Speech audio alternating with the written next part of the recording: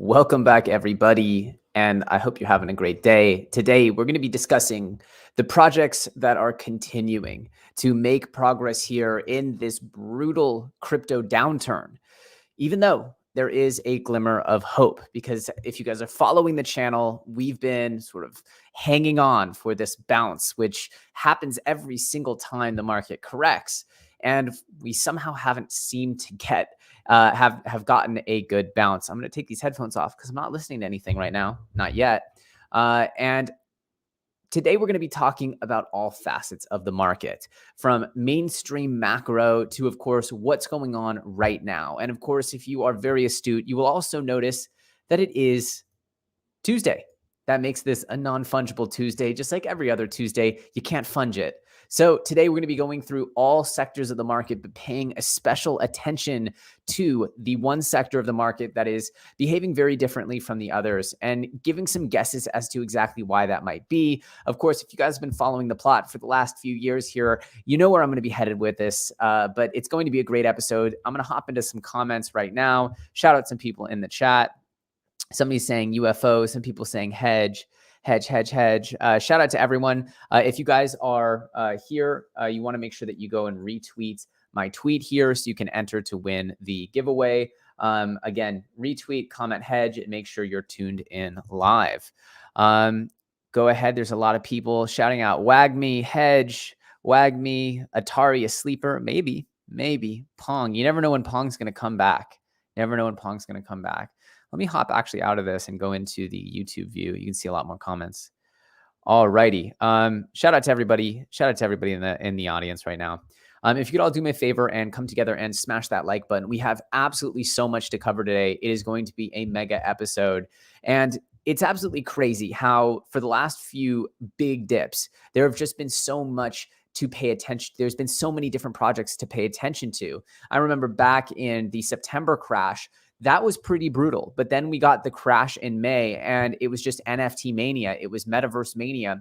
And there was really this never-ending bull cycle that just shifted to a different sector of the crypto ecosystem. And if this is the way it's going to be, if this is what crypto is now, which is essentially non-fungibles, mainly on Ethereum, that get completely messed up when Ethereum gets too expensive and fees go up. If the non-fungible ecosystem just explodes with value, usage, and of course, price appreciation, then it seems as though there is this cyclical, fungible, non-fungible interaction happening. And that is super, super interesting to see. We're going to talk about what all that means in a second. But I wanted to talk about this, which is what's going on with crypto in general. We see Bitcoin made a nice move from 33,000 up to 37,000 yesterday. That is one of the biggest percentage moves to the upside we've had since we started this downturn. But as you can see, it's kind of leveled off. But I do get the feeling, it does kind of feel right now that depending on what comes out of the Fed rhetoric tomorrow or this week, we should sort of get a sense of whether newly bad news is going to come into the picture or whether, crypto is just more or less following the stock market and the worst has been priced in. These are the things that I'm curious about and I don't have the answers to. However, I will say that from what it seems like to me, a bounce up here, given how brutal this has been, a bounce up here, even just to these, mid 40s would not surprise me. That would be very much so in line with prior sort of even bear market retracements of the past. If we go back to 2018 here, you can see even during 2018, we got huge bounces from, 6,000 up to 12,000. So 100% bounce here. And this was down to about, 30% of the prior all-time high. So 6,000, there had been a 70% discount, then it doubled, right? So who knows what we're going to see here. We have a bounce here from 11,000 up to 13. We had a bounce from 13 up to 17. There was a lot of bouncy action here in 2018. I would be really shocked, even if we're going into a bear market, if we don't get some really, really major bounces here in 2022. Now, that said, exactly how this happens, this is a new ballgame. We have an entirely new Fed policy and all that stuff. I don't really want to comment on the things that we can't control and we don't have the answers to, because we know that if the Fed comes out tomorrow and says, nope, we're going to crank interest rates up to 20% like they did in the 80s, that would completely change the money ballgame. So without commenting too much on the things that are potentially in the decision-making power of single individuals that are highly politically charged and changing very rapidly, mind you, let's discuss about some outlooks here about what could happen. So the party is rapidly coming to an end here. And this is from a Zero Hedge article where Tyler Durden here is saying the correction to carnage, from correction to carnage, the Fed is walking a tightrope.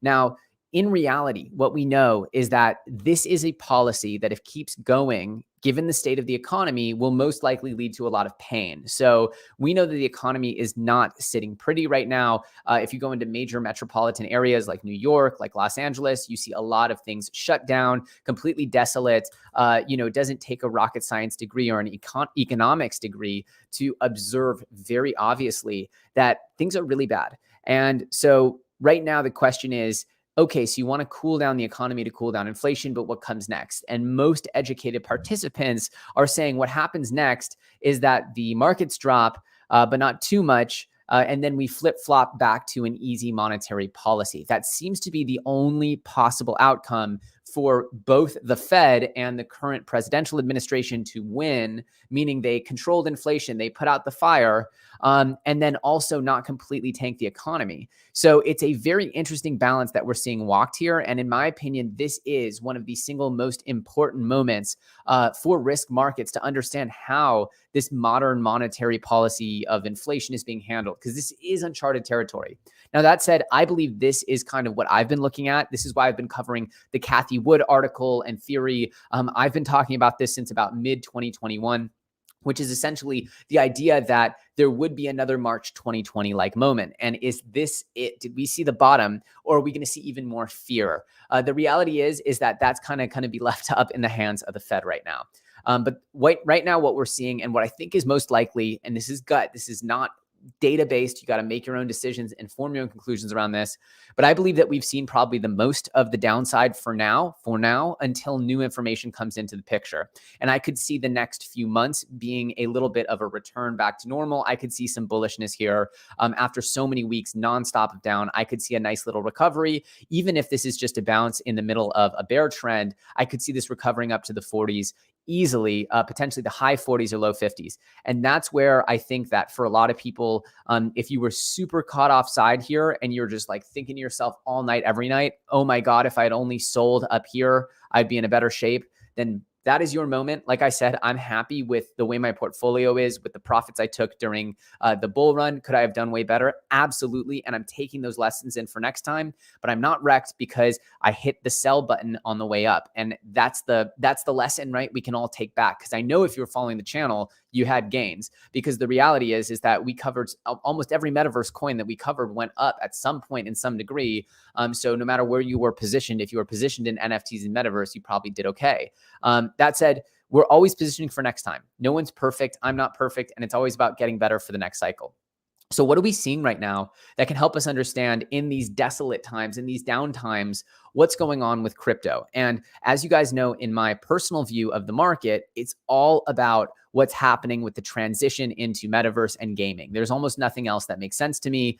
And we actually did have a very interesting... Okay, I see some comments. So I was just checking the comments to make sure that nothing's playing in the background or messing up my my stream. It seems like we're okay right now. I'm going to go ahead and mute this site just in case. Okay, Goldman Sachs stepping in, saying Metaverse is an $8 trillion opportunity. I know on this channel, we've been talking about Metaverse being a $10 trillion market cap a lot. And the simple math on that is if you go to, where was I tweeted this chart. Yeah. If you go to like the video game revenue chart, you can see that it's currently like $180 billion a year in recurring revenue. Now, of that, I think about 100 billion is the free-to-play gaming industry. Now, why is free-to-play so significant? Why does it matter so much? The free-to-play gaming industry is the part of the industry where gamers are spending money on digital items within the game. Free to play means you get the game for free and then you pay for upgrades, microtransactions instead of one big transaction like buying the game for $60. You can buy some gems for $1. You can buy a hat for $5. You can buy a new outfit for $10. These are microtransactions, and this is the lifeblood of modern gaming. So I believe it's about 100 billion, which is the free-to-play gaming ecosystem, and that has gone like a rocket ship, overtaking the prior game revenue models significantly. recently, and it came in, as you can see, there's a big bump up here on revenues. This came right as the mobile app store took off, and that was around the 2008 to 2012 era. That's when Candy Crush and these things really popped off. And so now you can see how significant that revenue has increased. But as you can see, gaming is outpacing other forms of entertainment by an utterly ridiculous margin. It's parabolic. The other ones are not. And so it's no question to me where the 100x is going to come from. It's from free to play. And that's why I've been saying 10 trillion. Really nice to see Goldman Sachs out here with maybe some more data than I've been using than just the rough, okay, it's going to 100x. But it's really nice to see this. So with Metaverse being this thing that has really sparked, in my opinion, the first real commercial application layer frenzy for crypto. Yes, you could say DeFi, but let's be real. How many of your friends are calling each other up like, hey, Jeff, you need to see this new DeFi application. Oh my gosh. Maybe some people, but chances are it's just crypto heads talking to other crypto heads about finding more yield, finding more upside in the industry. So DeFi to me is not the same as like a consumer application layer that Metaverse is. And so this to me, again, I've been saying it for a long time, but this is it, right? This is the first commercial use case for crypto, NFTs, video games, digital worlds. It's a beautiful use case for cryptocurrency. And in my opinion, it'll be the biggest one over a long enough period of time. Now, of course, that leads into what people are still doing in crypto now that the money train, the free money train, has started to eviscerate. And we see that Bitcoin has been completely crushed because it's an inflation hedge. So of course, it going down as the fears of inflation go down makes a lot of sense. But as I've said many times before, crypto should be there to make your life better. It should be adding some improvements to your daily life. And that's where we're seeing NFTs really start to come in. All my normie friends, they don't care about crypto. They don't care about altcoins. They don't actually even have an interest. I get hit up about NFTs from the non-coiners, from the normies, from the fiat friends, 100 times more than I get hit up about crypto, which is really surprising to me, but the numbers don't lie. People would rather buy and sell cute pictures than actual technology. And that's just understanding vitamins versus painkillers. Something that entertains people is a painkiller. Something that could be good for you in the future is a vitamin. People don't like vitamins. They like painkillers. So let's dive in here. I have a little bit of a roundup of some of the news across the industry.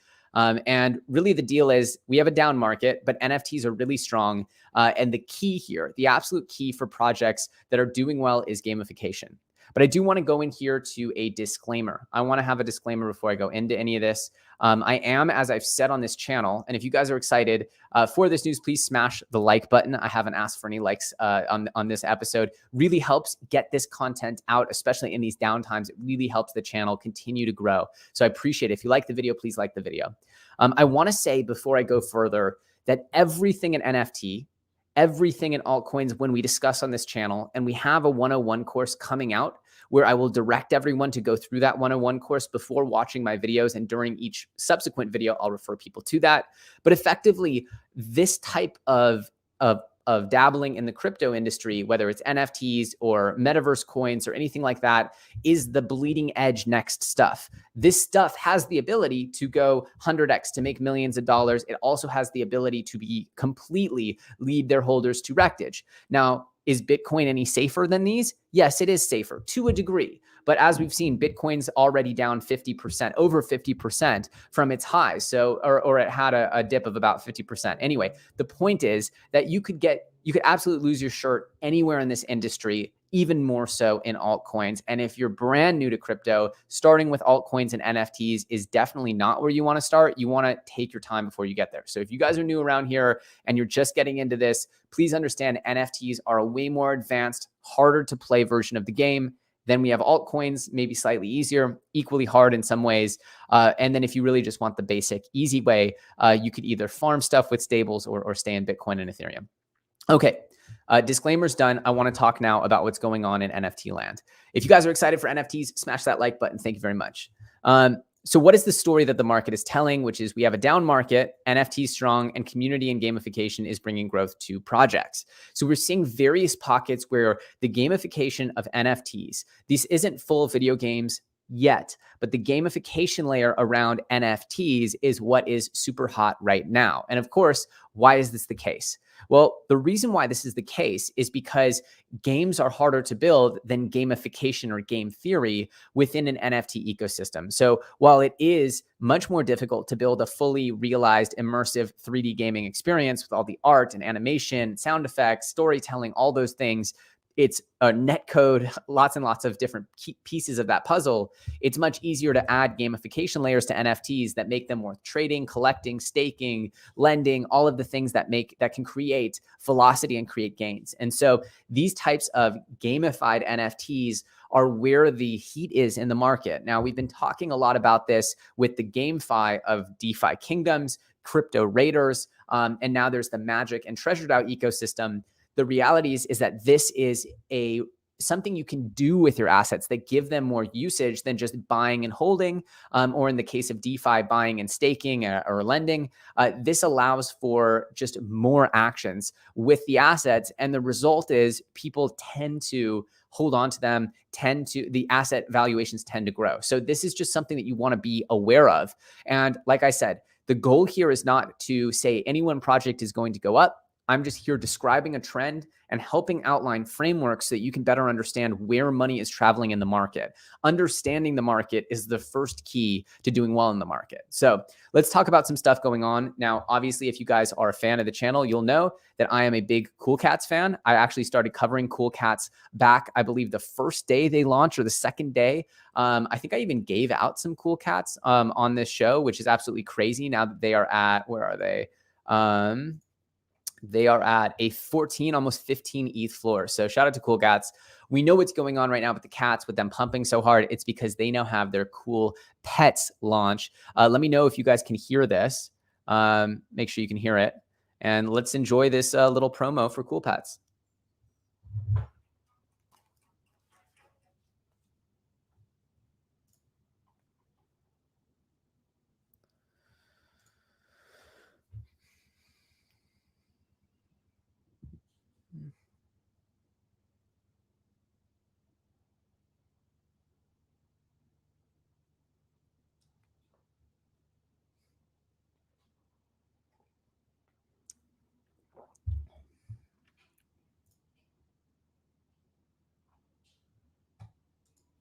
Okay, people saying no, no sound.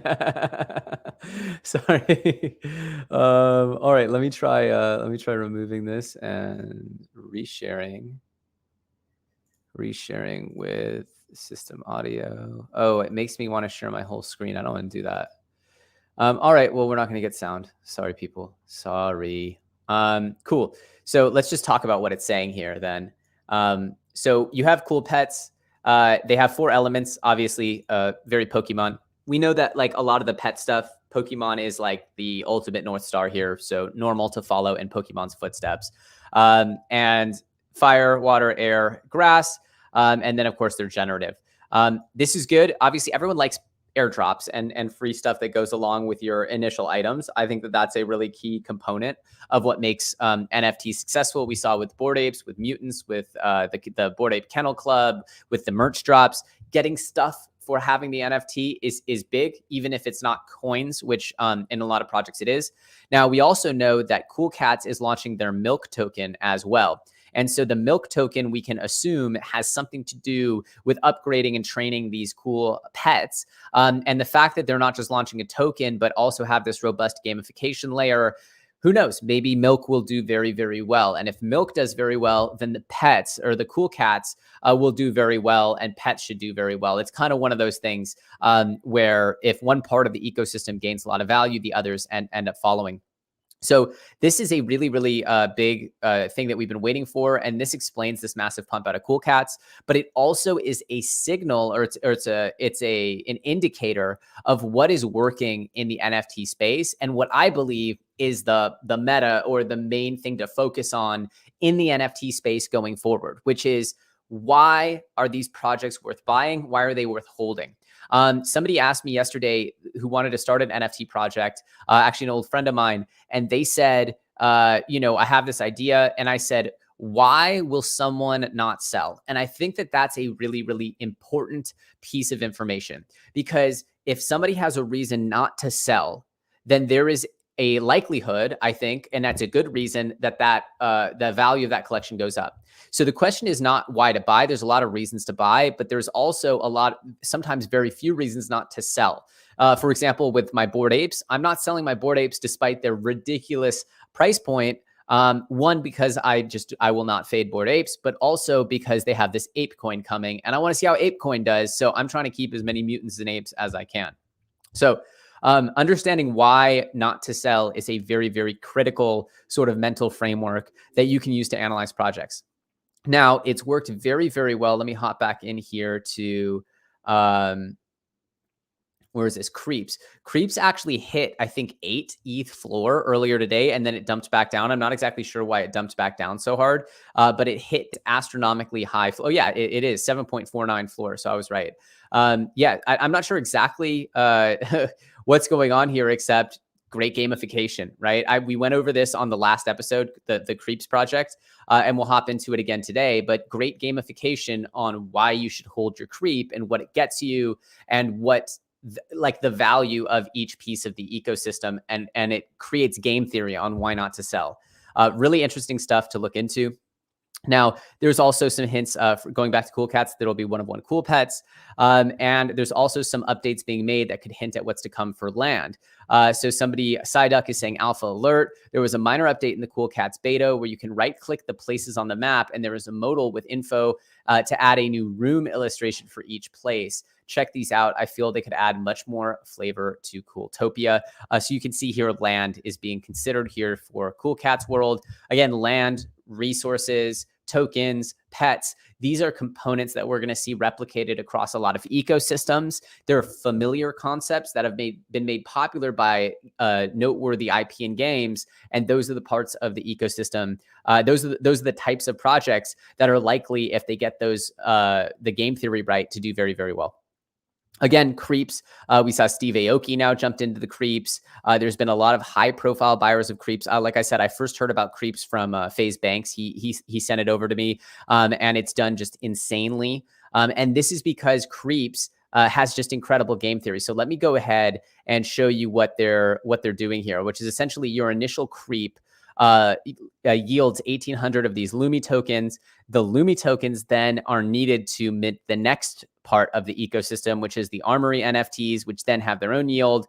And then it continues, and they actually have a bunch of different pieces of this. So as each piece continues to grow in value, the subsequent pieces are starting to reflect that value too. I'm not saying to buy Creepz. Who knows? This might be the top of Creepz. I have no idea. What I'm saying is that the game theory that they used here to make people not sell is something that you want to be aware of. And these are the types of projects that are having success right now. Why is this stuff working while the rest of mainstream crypto is crashing? We're going to talk about that a little bit at the end. Why do NFTs work in a world where crypto is risking off, in a world where there's less interest in these highly speculative assets in crypto land? Why would something like a Creepz be successful? Now, it's worth noting not all tokens were completely disintegrated this month. We did have some noteworthy growth out of Safe Moon. No, that's not what I wanted to show. Atom, right? Atom has actually had a pretty good month relative to the rest of the world here. And it goes back to that strength during the dip is strength after the dip. But it's just absolutely amazing to see how where's the all-time high drawdown here? Is it not showing it to me? I think I might need to expand a little bit. Even more so. No? For real? Oh.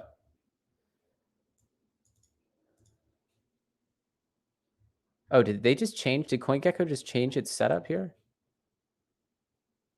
All right, well, it's not showing me the drawdown from all-time high right now. Okay, so Cosmos having a much less bad week than the rest of the market. As you can see, it had the kind of like a late move up here, and compared to its all-time high here or its previous local high here of 43, sitting here at 36 is really not that bad compared to the rest of the market. So again, not all fungible tokens have been crushed, and the Cosmos, sort of the Phantom, Atom, One and Near charts. I haven't checked all of them, but at least Cosmos is showing like it's got some strength. So not all fungibles, but definitely if we're looking for actual gains and not just less losses, it seems as though, the NFT sector Remember, I started tweeting about NFTs again in November saying, hey, look, it looks like the freeze is starting to end here. And this was as Mutant Ape Yacht Club went from about 3 ETH to 5 ETH. I tweeted about it. I can dig up that tweet. And effectively, that was me saying, hey, look, it looks like NFTs are getting ready to rotate. Stay woke, stay informed, stay watching the space. That's exactly what has happened. It's been slower, though. Of course, there's a lot of hangovers from the last NFT crash. A lot of stuff went to zero. And so it's really important to realize that this is nothing is guaranteed in NFTs. And just because you're there during an NFT, quote, bull run, doesn't mean you're guaranteed to make money. But what I've seen here is that if you're able to see the move towards NFTs early enough, that's what makes it a little safer, right? Is because if you're getting in after everything is starting to go up only, which I believe in the next few weeks, it might be like that, where just like every mint starts to go crazy. It's not quite like that yet. Then you might end up with a scenario where everyone gets left holding the bag again. So you just got to understand these sectors heat up and then overheat, and then they overcool, and then they heat up, and it goes in that sort of vicious cycle. So what else is happening here? We know that we have cool pets. We know that we have Creepz. We also have BAYC, and this is one of the absolute craziest stories right now, which is Bored Ape Yacht Club is really completely here. Where is this? Let's go ahead and see on the Jimmy Fallon show. Oh, you guys don't have audio. Let me see if I can actually share this screen here with the audio. Why not? Why not? Oops.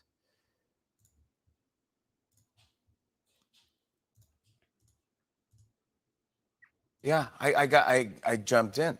I know, I heard. I'm so happy I taught you what they were. You did. You taught me what's up, and then I bought an ape. I got an ape too, because I saw you on the show with people, and you said you got a MoonPay, so I went and I copied you and did the same thing. You did? Mm-hmm. This is your mine. ape. Yeah, we debuted. It's really cool. Like the hat, the shades. And what? How did you pick? Because you can pick your ape. Yes, I was going through a lot of them, and I was like, I want something that like kind of reminds me of me, but this one, it does. I think we made like another version of it where he takes the hat off and blonde hair comes out. So, yeah, because you can do now whatever you want. Animated version. We're part of the same. We're part of the same community. We're both apes. I love it. Here's my ape. This is my ape. Yours is so cool. I love the red heart sunglasses. I love the captain hat. It reminded me of me a little bit because I wear striped shirts. I've worn these heart sunglasses because my daughters, just as a joke, they have them, and as a joke, I put them on. So I've done this, and I love yacht rock and being breezy. So I'm like, yeah, that kind of, and I like the blue. Dude, look at us. They look like they could be friends. They're buddies. Anyway, you guys get it. Like, it's really interesting to see the continual penetration of Bored Ape into popular culture. I do think that, I've talked with a lot of people recently, like, is this the right direction for NFTs to just be these sort of status items? Like, do I want to own one just because Paris and Jimmy have one? Is that really what pushes this movement further? And I think that, while I don't think the answer to that is unequivocally yes, of course, as celebrities equal value, I do think that for the type of thing that Bored Apes is, which is a kind of a cool kids thing, it doesn't hurt the celebrities. I will say that, I would like to see much more of a focus on metaverse and value in the metaverse. That's why I'm still very much so passionate about Neo Tokyo and the value that is being created in the metaverse. That said, I think you can't deny what's happening here on Bored Apes. I mean, where is it? They're about to hit a 100 ETH floor. Where is it right now? It's at 93. And it's pretty thin. I think there's only a few apes in between here and 100 ETH floor. So let me see here. 100 ETH floor is right here. So we have 3, 7. So we have 19 apes. We have less than 20 apes until 100 ETH floor. That is assuming that it keeps going up. Pretty absolutely insane, right? And this is why I haven't sold my apes, just because you don't want to fade the sort of leading innovation in the space. And when you look at what created this mania of 2021 NFTs, it was Bored Ape. Bored Ape started it. Yes, CryptoPunks from 2017 was huge, but Bored Apes created this new wave of projects, and they are the most emulated project, I feel like. And so if anything, I feel like is going to be worth something in the future, you feel like it's going to be Bored Apes, and that's why you don't want to fade them. That said, this is absolutely insane, right? Seeing the growth of this, I know a lot of people are looking forward to the release of Ape Coin and other types of things like that. Just very interesting to see. Oh yeah, there's some rumors that they're raising money at a $5 billion fully diluted valuation. $5 billion before the VCs got a taste. That's pretty absolutely unheard of. So there's a lot of haters around NFT. I get that. There's a lot of people who don't necessarily vibe with what they are. Just follow the story. You don't have to do anything, but just have an open mind and follow what's going on. I think that that's the best way to get involved. Hopping back in here, Paris also thinks that the metaverse is the future of partying. I also think that. Cool. So let's talk about Magic. Magic is a really, really interesting ecosystem. So let me hop over here and we can talk a little bit about it. Magic is the project that started with the Small Brains NFT, but it's also becoming this really, really interesting project. And it's joining the likes of DeFi Kingdoms, of Crypto Raiders, of just gamified NFT, sort of GameFi ecosystems with a token and some really interesting tech. So let's go through what Magic is and talk about why people are so interested in Magic. And I'll give you my 2 cents on how I'm approaching the Magic ecosystem at the end.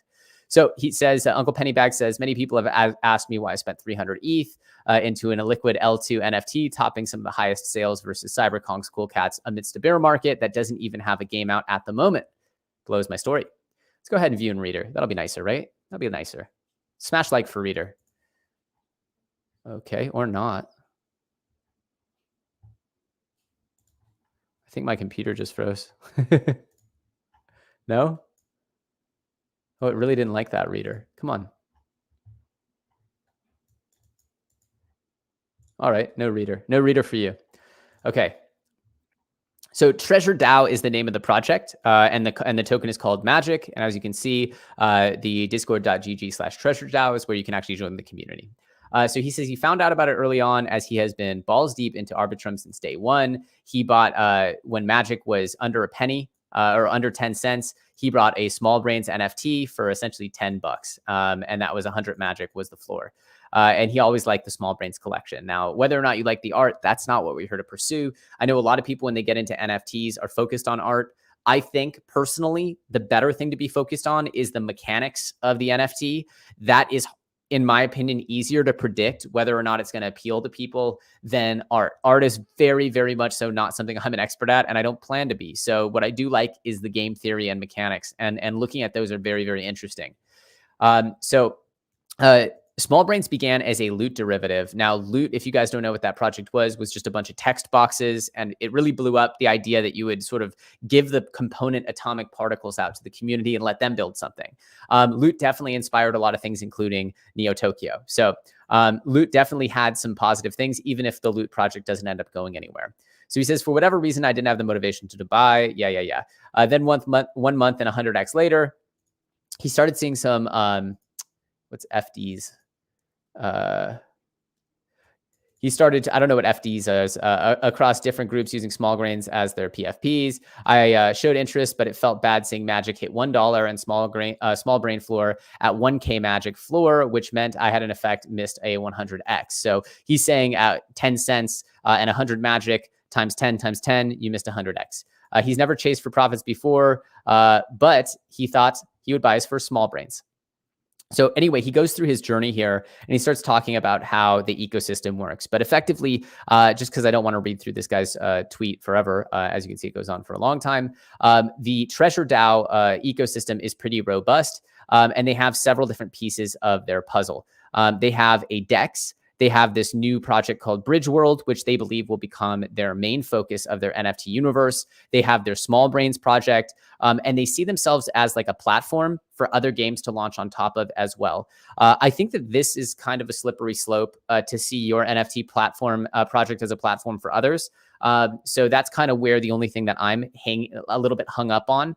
But the reality is that there are a lot of ways to get inside the Treasure DAO ecosystem. And if you guys want, I'll do a full episode on Treasure DAO and Magic, because I think that this one is one of the more robust ecosystems I've seen, allowing for people to diversify across NFTs, fungible tokens, DeFi, gaming, and potential future real sort of immersive gameplay. It's a very interesting type of project here. As you can see, Magic stakers get mining emissions, a share of summons and crafting costs in Magic, Magic royalties from Treasure Marketplace, and ETH royalties from Trove.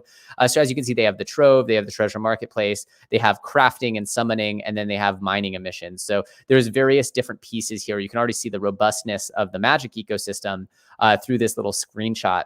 They have several different components.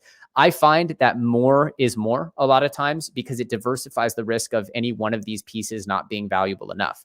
And that's kind of like when you see with LooksRare and their staking. Some people are excited about the LooksRare emissions. Some people are excited about the platform fees. And the thought is that, you know, for the Looks stakers, they're hoping that if that by the time the LooksRare emissions slow down, the platform fees will be high enough to offset and keep everyone staked. So these are the types of things that come into play. But as you can see with Magic, there's several different sources of potential yield here. Very, very interesting ecosystem. Check it out. Again, this is in vogue as far as what's hot right now. Gamified, sort of GameFi, complex NFT-based ecosystems for the win right now. And I believe, given what we've seen so far in 2022, it's you sort of feel like it'll be that way for a little bit. Again, if we have a huge bounce here on the Bitcoin chart, like we get something kind of dovish out of Jerome Powell, brings us back up to the 40s and 50s, I feel like that is still not really firm ground. And I genuinely don't see us reaching new all-time highs on Bitcoin or even looking like we want to until we get the demon that we're fighting to change. Right now, going back to the beginning of this episode, right now we're fighting the enemy right now is inflation, right?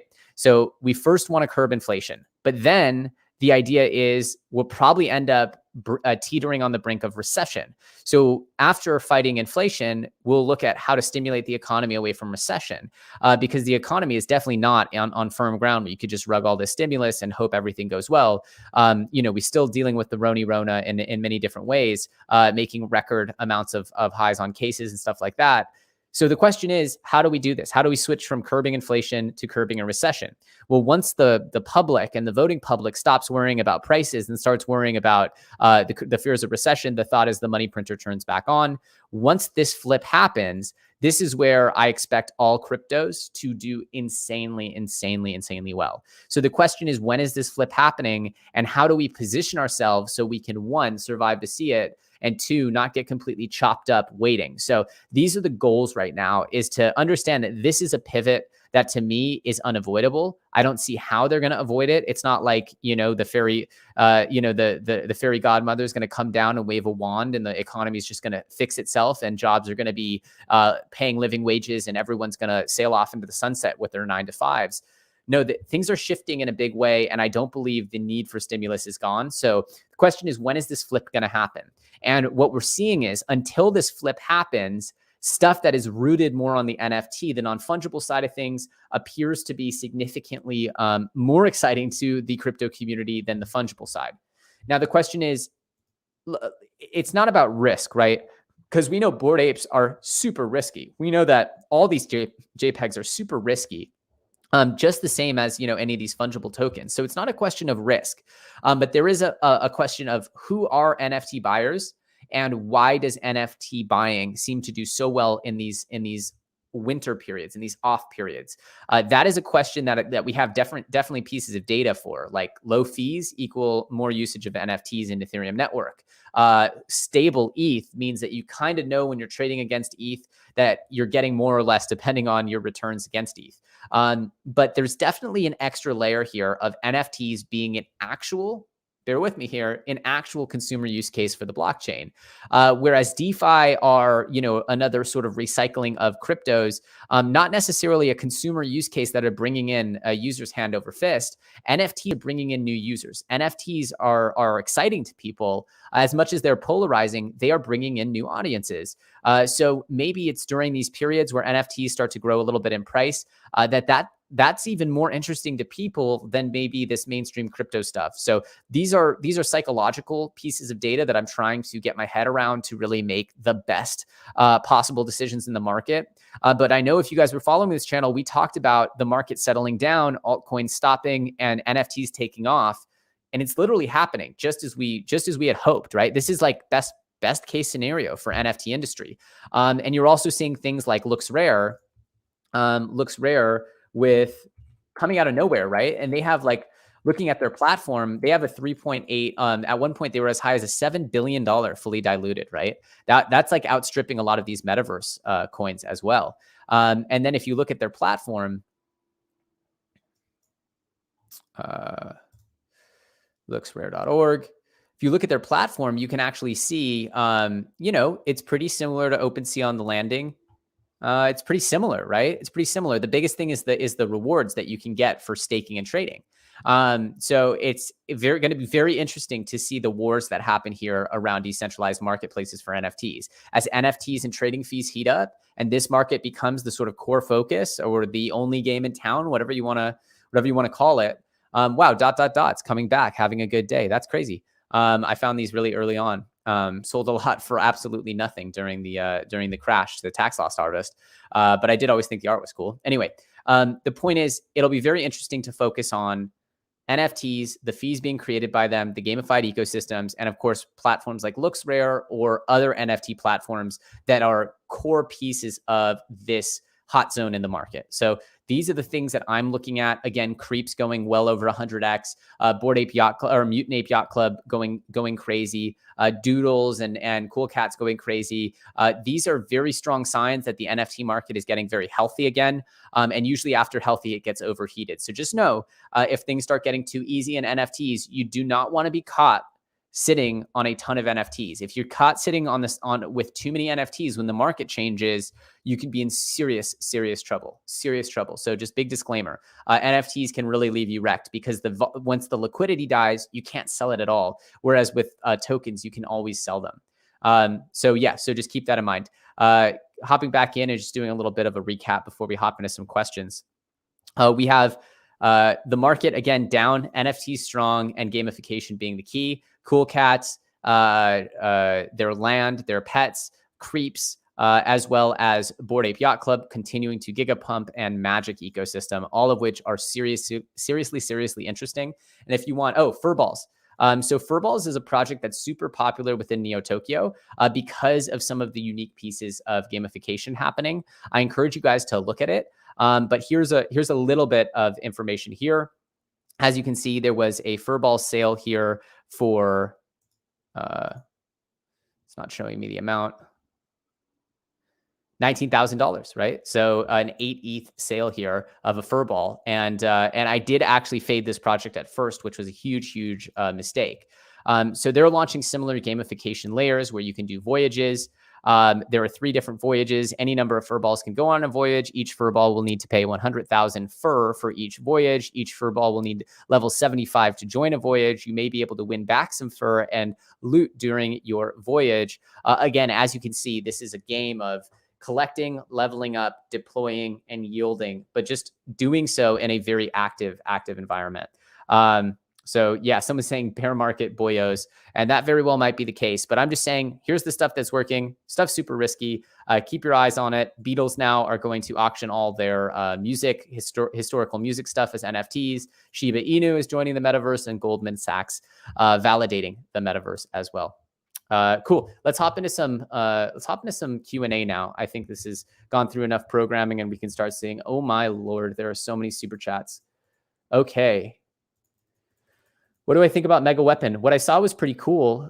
They sponsored the Neo Tokyo tournament. It seems like they've got some decent gameplay. I'll need to go in and touch their game client a little more to know more, but everything I saw looked pretty chill. I've had some conversations with the team as well. They seem like nice people.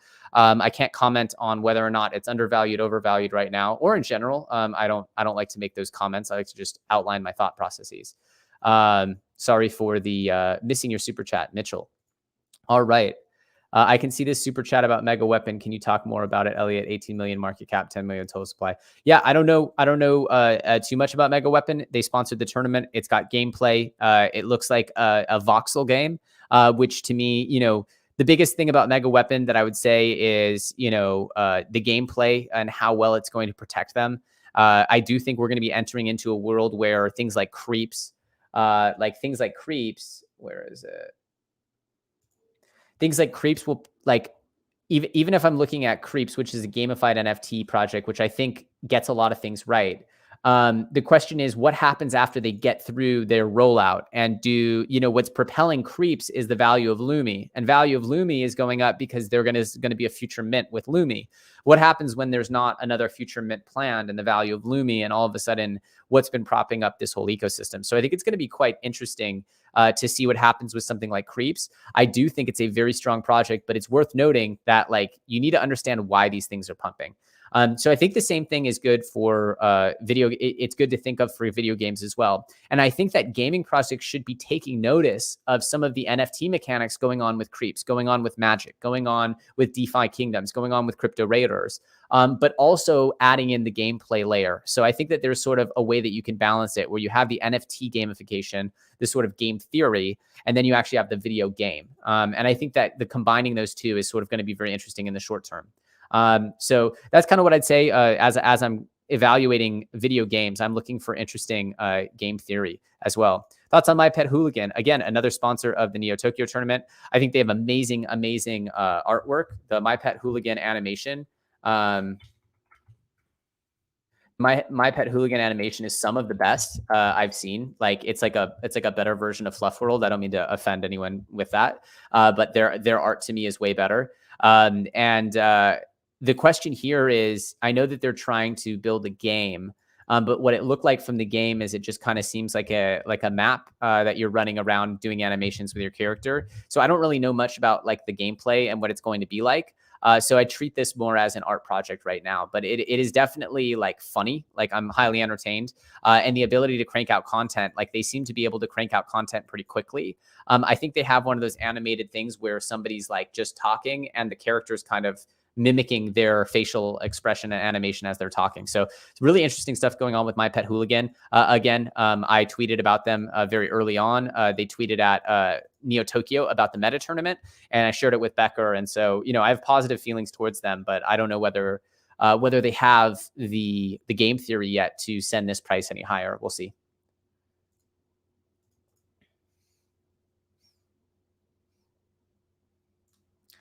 Somebody says, not going to lie, these mega weapon guys are annoying, but it's definitely the best play to earn coming to market. Wow. I think, okay, if I add this up, there's $1,000 worth of super chats from mega weapon. I love you guys, but you don't need to do that. You really don't. I treat all super chats the same, $1, $3, $5. Okay. Thank you for all you do too, homie Graham. Imposters coming very soon in daily war rooms now, getting that over the line. Again, as soon as I can share this information, you guys, I'm going to share it. Looking like days, not weeks. So that's my hope here, is to get it out within the next within as soon as possible. Trust me, there's no one who wants to share this more than I do. So I'm itching, and I'm going to get it out to you as soon as I can. Okay, I think I got through all the super chats. I think if I missed your super chat, I am very, very sorry. Somebody said thoughts on D's Nuts. I've shared my thoughts on D's Nuts. I like that they're coming out with gameplay. Gameplay is good. Thoughts on Cool Monkeys? I don't know them.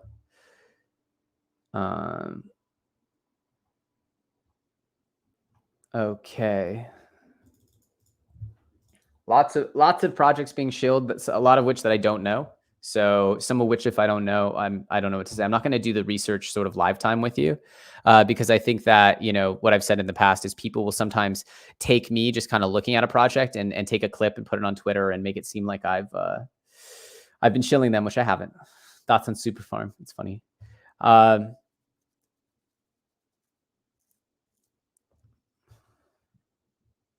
Heroes of Mavia, I absolutely love that project. It looks really, really good. No promises on performance, but what they've put out looks really solid. Really, really solid.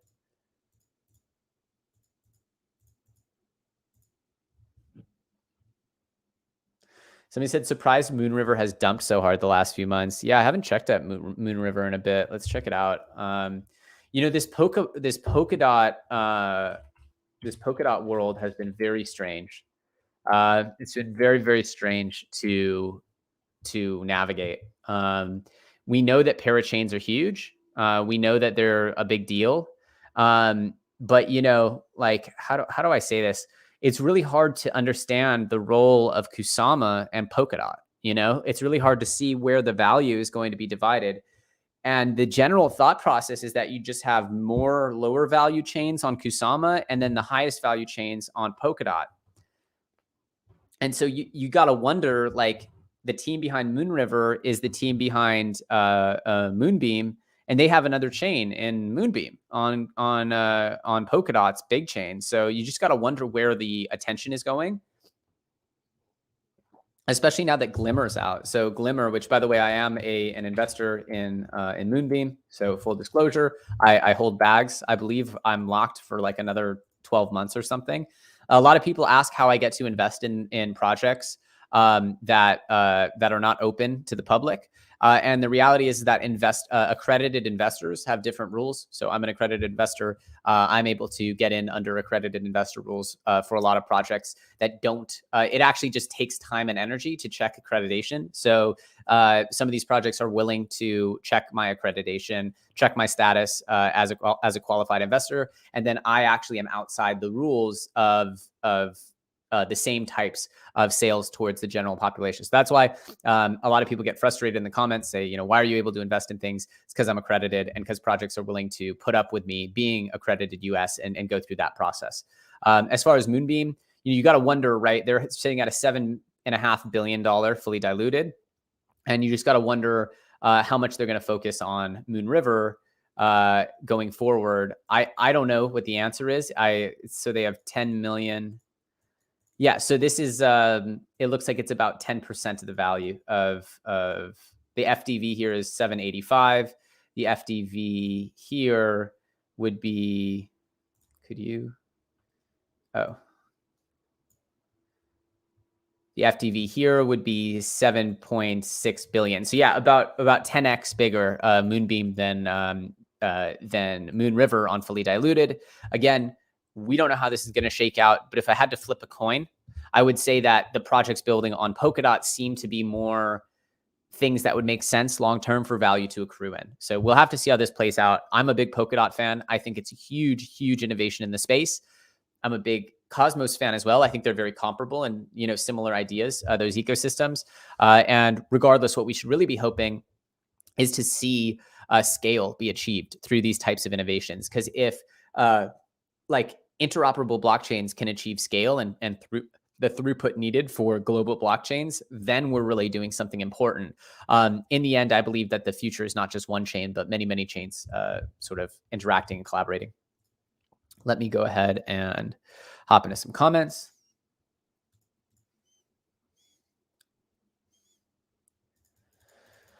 Alonzo saying, what do you think about Web3 coins? Could be the next big thing. I guess the question is, what do you consider a Web3 coin? How do I get accredited? Accreditation has to do with how rich you are. That's how simple it is. It's about how many assets you have. There's a few different ways to qualify, but it's essentially about having enough money that the government thinks you can make your own decisions. Really, really messed up system. The accreditation system is totally backwards. I think it's horrible. I think it's dumb, but I don't make the rules.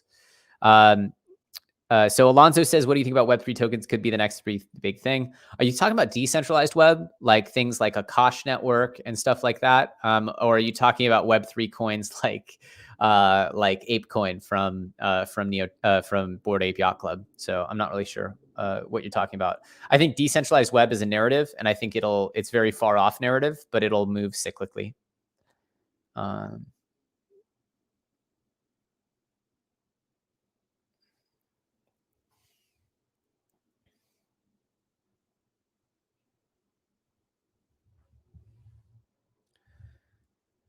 Yes, I have a beach ball sized mic. Thank you, Mark.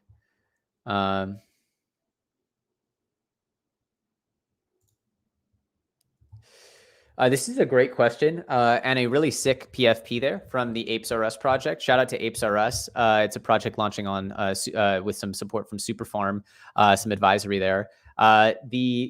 The big AAA games companies coming in, will they hurt the small cap gaming companies? My answer to that is it will happen in phases. And that the first phase is unlikely to include games companies really providing their users with the most robust asset economies. So the big games will maybe maybe let you own your items as NFTs. That will be like the base layer. And I think that that's a huge step, right? That's a huge step. At least I have a record and an ownership over the stuff I've collected within this game. But going a step further, which is how do you do the most good for the universe or do the most good for the world with decentralized systems and online products? And I believe that decentralizing the economy of the game is really, really a big opportunity to sort of help people create new forms of vocation, right? We're entering into a place where like automation and other types of manual physical work are starting to get taken away. Jobs are starting to get taken away. So I think that we need, as a species, as a human species, to create new opportunities, new economic sectors of growth, which we have done repeatedly over the last few centuries. But I believe that these areas for economic improvement need to involve gaming, right? Gaming to me is the biggest, one of the biggest changes in our human society, in our online society, and that in order to really achieve the goal, having a decentralized game economy is the goal. I don't think the big AAA studios are going to do that. I think that crypto native projects are going to do that way earlier and kind of put the pressure on the big AAA studios. So I don't think that the big AAA studios actually hurt the small studios. I think that it actually helps everything. Because let's say I understand NFTs because I came in through Fortnite and I bought an NFT in Fortnite. But then I hear there's another NFT game where I could actually stake that NFT and do this with that and that. I'm much more likely to get into that sort of crypto native side of things if I've already experienced NFTs through something familiar. So my answer is I think that the AAA studios will form very big onboarding funnels. I think that they will be on-ramps. And I think that they're actually going to bring way more gamers into the ecosystem, which is, of course, a huge positive for any small sort of crypto native small cap gaming company. So my answer is that I think it's not a zero-sum game. I think it's a game where as the industry develops, everybody wins more and bigger, kind of like crypto itself, right? Does Bitcoin going up hurt the small coins? Usually no. It usually just creates a better liquidity floor for the small coins. And I think of it as the same thing. The AAA studios will bring in the users, and the more users will then funnel in and trickle into the other ecosystem. So I think it's going to be really, really a positive and reflexively positive cycle. That's my opinion. Again, no data here. We have no examples of this. So these are just theories. But you guys like me just ranting about theories. So there it is.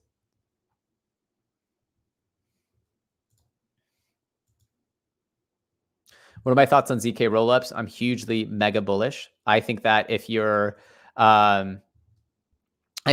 looking for easy ways to farm airdrops, you should just be farming using small dollar figure transactions on ZK rollup chains, Starkware, ZK Sync, and any ZK rollup or any optimistic rollup you should be farming because they're probably going to do an airdrop and it's probably going to be worth thousands, if not tens of thousands. So I highly suggest that you look into ZK rollups, that you go and deposit and connect with their networks, even if it's small amounts. Because that will likely create the opportunity for an airdrop.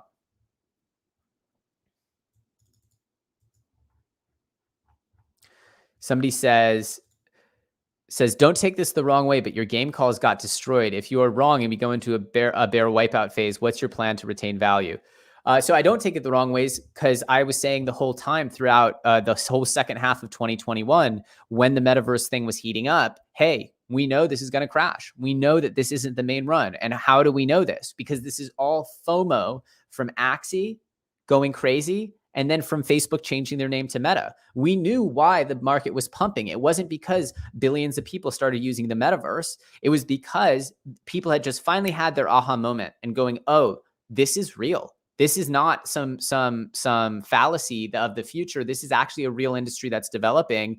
NFTs are at the core of it, and video games are the first line. Then we get full immersive VR sometime in the future. This is what we saw was that Facebook's new brand position and new company outlook created a ton of corporate belief in this industry. Now, it kind of reminds me a little bit of that moment where they bought Oculus back 7 years ago, and then there was like the VR extreme mania, but there wasn't any demand for VR products yet. And so this is to me where I've, and by the way, Lawrence, I said this many times on the channel, The goal is a couple of X's at the end of the year to try to pad your portfolio for the winter. And I said this repeatedly. I used the phrase, take home some bacon for winter. And the reason why I keep repeating this embarrassing phrase is because I want you guys to remember how many times I said that. And the reality is that we knew this wasn't the big gaming wave. The big gaming wave hasn't even begun yet, has not even begun yet. The goal was to take advantage of this FOMO wave so that you could have enough funds so that when the big gaming wave hits, you're well diversified into these assets. And again, when I say this, saying you, I'm talking about myself. These are my strategies. Y'all have to please, if you're just buying and selling things because I'm talking about them, you're entering a world of pain. You really need to learn how to make your own decisions here. And I try to give you my frameworks to help you out, but please never, ever make decisions just based on my channel. Like, you absolutely are in a world of pain if you're not going further than this channel. Now, when I'm saying, did we know they were going to get destroyed? We had Sandbox and Axie Infinity at over $20 billion in fully diluted. Sandbox, a game that's barely even live. Axie Infinity, a sort of a 2D, very basic game. Did we know that these valuations would come down? Of course. Yeah. But what we also knew is that you could make money off the mania. And that's what we were talking about, was riding this little mania phase, understanding the future of this industry, but mostly trying to build our portfolios for the crash. Did I know that it was going to crash exactly the date it did? No, I didn't. I didn't time the crash well. And I said a couple of times, I wish I took in way more profits, but doesn't change the strategy that this is the calm before the big gaming wave in my mind. Gaming, metaverse, this is not a fad. This is not a theoretical industry. This is, in my opinion, the first major consumer use case for blockchain. This is the hill that I die on, right? If I'm wrong, I die here and you'll never see me again. But I don't think I'm wrong. I think I'm very, very, very right. And I've spent every day for the last few years chasing this, and I'm not going to stop. So seeing them get blown out, again, you weren't following the content if you haven't figured out that we were preparing for this crash. So I wanted to be clear here. I know that people kind of piecemeal the content. I'm trying to figure out a way to get the actual full game plan through to people, which is, we know when the market heats up like that at the end of a Q4 bull cycle, that it's going to be setting up for a crash. It's done that one each cycle, but it's also done that within each mini bullish wave. So let me know. I'm always trying to make the content better and more accessible, but crashes are part of the industry, and parabolic rises are part of the industry. So you need to sell into the strength, and you need to buy into the fear if you really want to play this well. That said, I don't think there's a big rush right now. I think you have a lot of 2022 to accumulate because it seems as though this Fed narrative is going to whipsaw the market up and down and up and down. I'm not convinced we get a like this mania bull market anytime soon. But what we're seeing is that in the meantime, I believe we might see some mania out of NFTs, especially gamified ones. I hope that helps everybody. We're now over an hour in the stream. I actually realized I totally skipped out on a meeting, so I got to go hop into that meeting. But I do absolutely love you guys. 3,200 of you in the house right now. There's about half of you who have not liked the video. If you're a non-liker and you like this content, please like the video. It's a free and easy way to support the channel. Truly, truly, I appreciate it, especially in these down times. You know, for me, I want to make content each and every day, helping share my thesis on the market. The likes, they help me tremendously. It's a free way for you to help the channel a lot. If you like the content at all, smash that like button. As always, I'm on Twitter at ElioTrades. And yeah, I'll see you very soon on the next episode. Take care, everybody.